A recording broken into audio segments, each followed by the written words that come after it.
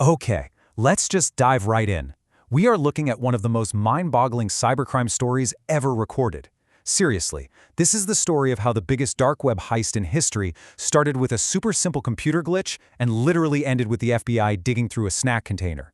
It's this wild tale of incredible luck, totally absurd hubris, and an absolutely flawless sting operation. The sheer scale of this thing is honestly hard to wrap your head around. We are talking about 50,000 bitcoins, all stolen by one single guy from the internet's most dangerous, secretive marketplace. Just to put that into perspective for a second, most cybercriminals will spend years writing insanely complex code just to siphon off a fraction of a bitcoin.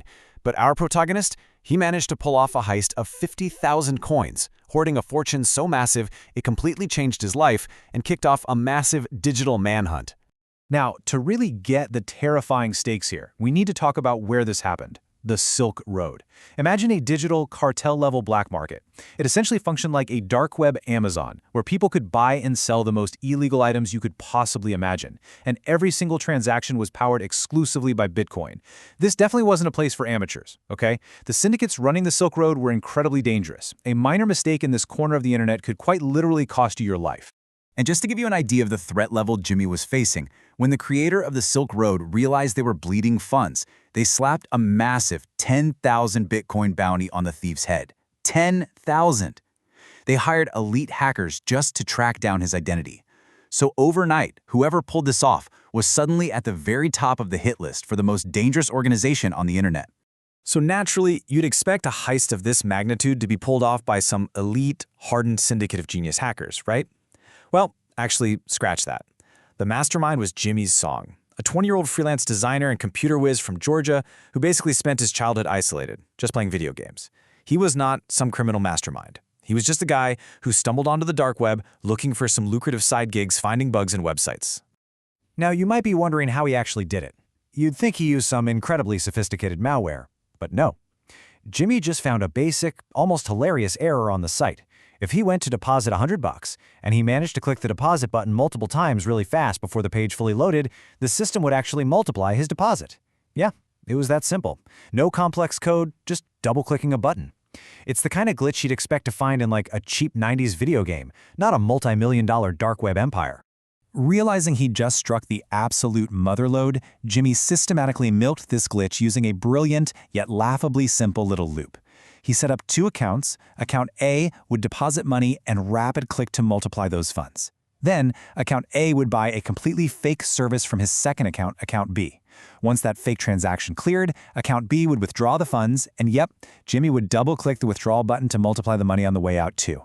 He was exponentially multiplying his money in seconds, quietly draining funds right under the noses of the Silk Road admins. So, Jimmy first hops onto the dark web around 2010. By early 2013, he successfully used this glitch to hoard those 50,000 bitcoins. But remember that massive bounty? The Silk Road administrators had actually narrowed down the theft to two accounts, and they were actively hunting him. Jimmy was terrified. He literally fled to the Bahamas to hide. But then, in this incredible stroke of ironic luck, he gets saved when the FBI arrests the site's creator, Ross Ulbricht, in October 2013. The whole site gets shut down, the manhunt evaporates, and Jimmy is left totally free to quietly sit on his massive wealth. Fast forward a few years, and Bitcoin's value starts absolutely skyrocketing. By 2018, it hits $3,200 a coin. And Jimmy? He's suddenly living this absurd billionaire lifestyle. And keep in mind, this is a 20-something kid with no formal job.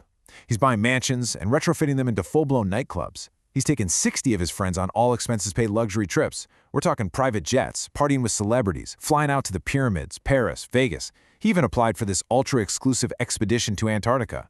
Obviously, flashing that kind of cash when you have no clear source of income is going to generate some massive red flags for authorities. Now, Jimmy wasn't totally naive about the legal risks. He actually made a serious effort to launder his cash. He set up 3 fake shell companies, doing real estate, programming, and investing, and he forged data to give off this illusion of totally legitimate business success. And honestly, it kind of worked for a while. Through these investments, he successfully laundered a chunk of his money and legally increased his clean investment wealth by a staggering 40%. But here is the fatal, incredibly ironic twist that brings his whole empire crashing down. January 2019, Jimmy gets back from a wild trip with his buddies where he casually dropped 300 grand in cash. When he gets home, he finds his house has been burglarized. The thief grabbed a suitcase that had a flash drive with $1 million in Bitcoin on it, plus another several $100,000 in cash. Now, I want you to ask yourself, why on earth would a dark web billionaire holding billions in stolen funds voluntarily call the police over a fraction of his wealth? The answer? Pure, unadulterated ego. Jimmy's whole mentality can be summed up by this chilling little quote: "I am the boss, and no one teaches me a lesson."